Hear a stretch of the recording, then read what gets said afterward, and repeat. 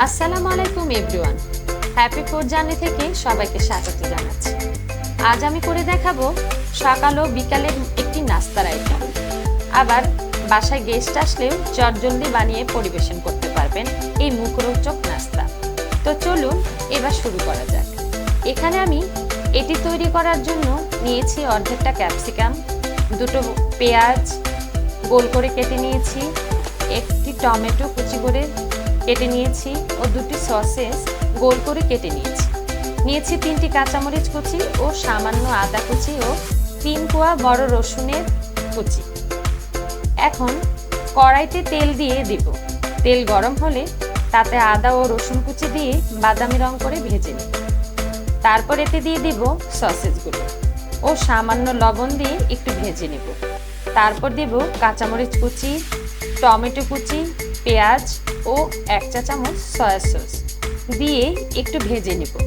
তারপর দেব সামান্য গোলমরিচ গুঁড়ো দিয়ে একটু নাড়িয়ে নিয়ে তারপর দেব ক্যাপসিকাম গুঁড়ো দিয়ে আধ মিনিট ভেজে নিয়ে একটি পাত্রে নামিয়ে সাইডে রেখে দেব। এবার একটি প্লেটে 1 স্লাইস ব্রেড নিয়ে প্রথমে তাতে টমেটো সস লাগিয়ে নিব। তারপর ভেজে রাখা সসেস, ক্যাপসিকাম সবগুলো থেকে অল্প অল্প করে নিয়ে সাজিয়ে নিব। তারপর দিব কিছু চিলি ফ্লেক্স ও সামান্য অরিগানো ও সবশেষে দেব মজারেলা চিজ। এভাবে এই মিশ্রণটুকু দিয়ে আমি 4 পিস ব্রেড পিৎজা বানিয়েছি। এবার চুলায় একটি ফ্রাই প্যান বসিয়ে গরম করে নেব। প্যানটা গরম হলে একটি স্টিলের প্লেটে ব্রেডগুলো নিয়ে ওই গরম ফ্রাই প্যানের উপর বসিয়ে ঢাকনা দিয়ে মাঝারি আঁচে 2-3 মিনিট জাল করে নিলেই হয়ে যাবে আমার লোভনীয় ব্রেড পিৎজা।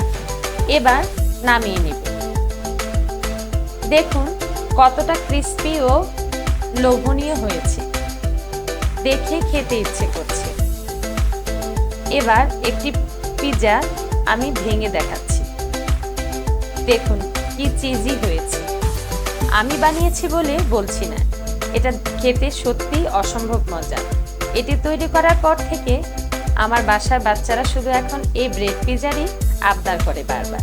তাই আমি বলবো একবার হলেও বাসায় এটা ট্রাই করে দেখবেন এবং কমেন্ট করে জানাবেন আপনাদের কাছে কেমন লেগেছে এই ব্রেড পিৎজা। আজকের মতো এখানেই বিদায় নিচ্ছি। সবাই সুস্থ থাকবেন, ভালো থাকবেন। আল্লাহ হাফেজ।